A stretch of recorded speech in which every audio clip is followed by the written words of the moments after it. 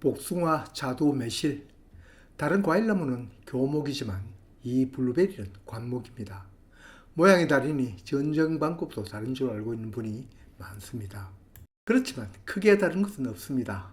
전정 시기도 1월 말에서 2월 초가 적기고 전정 순서나 방법도 마찬가지입니다. 몇 개의 가지를 키우든 가운데를 비워 햇빛이 고루 들도록 하는 방법도 똑같습니다.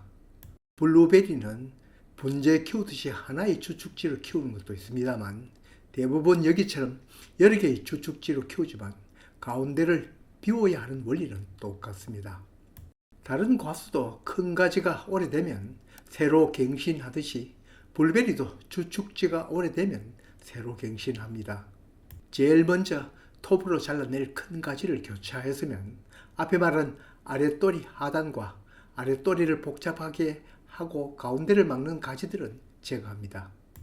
다음은 복잡한 가지나 꽃눈이 맺히지 않은 민결과지들을 정리합니다. 지금은 허전해 보이지만 나중에 잎과 새순이 올라오면 복잡해질 수 있으니 그걸 감안하여 햇빛 투과와 통풍이 되도록 해주면 됩니다. 바깥에 있는 가지에서 안으로 향하는 소위 내향지도 당연히 제거 대상이죠.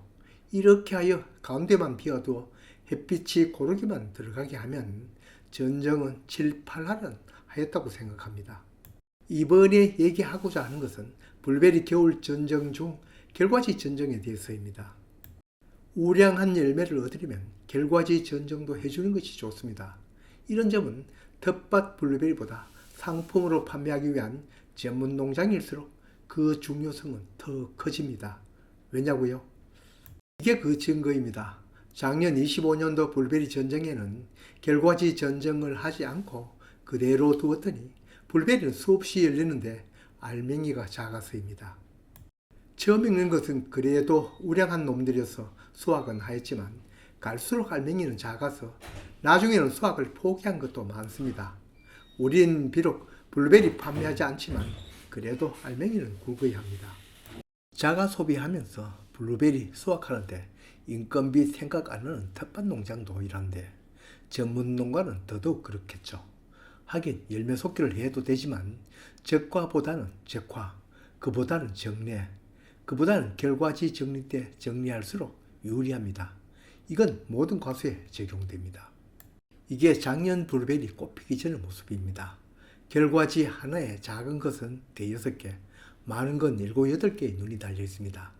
블루베리 전문 농가 중에는 한 결과지가 2-3개의 꽃눈을 남기는 것으로 알고 있습니다.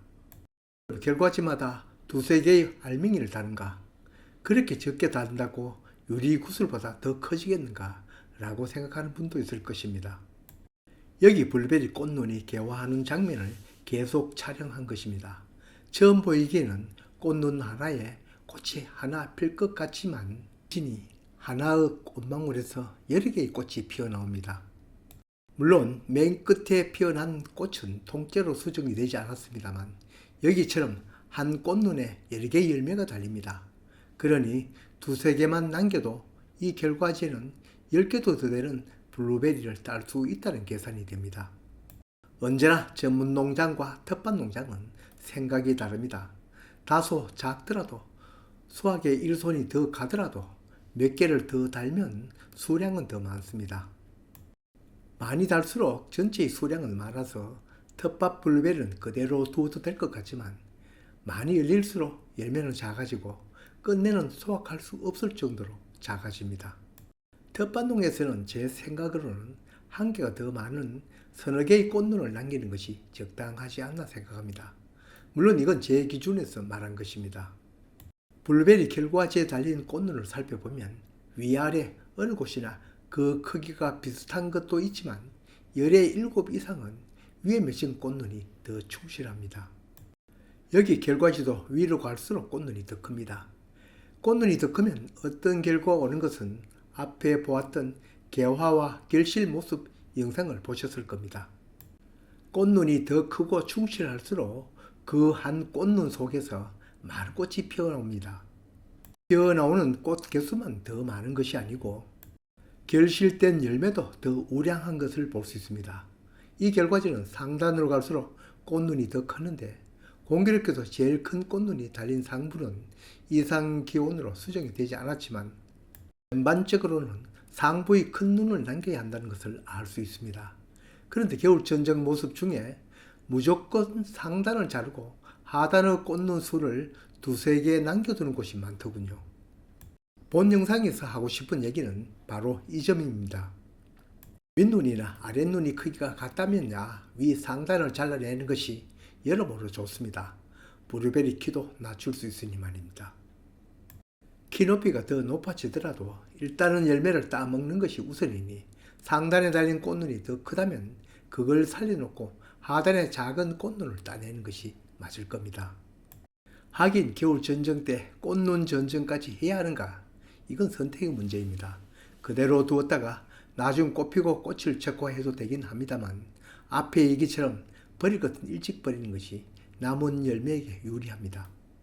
왜냐? 다른 영상에서도 무수히 얘기하였지만 지금 블루베리 꽃눈 발달은 물론 나중에 꽃피고 열매 달리고 초기 비대까지는 양이 정해진 저장양분으로 운영되기 때문입니다. 예전에 저도 자주 월동불량으로 꽃눈 제거할 것도 변변히 없어 그대로 두었지만 작년 수확을 하면서 느꼈습니다.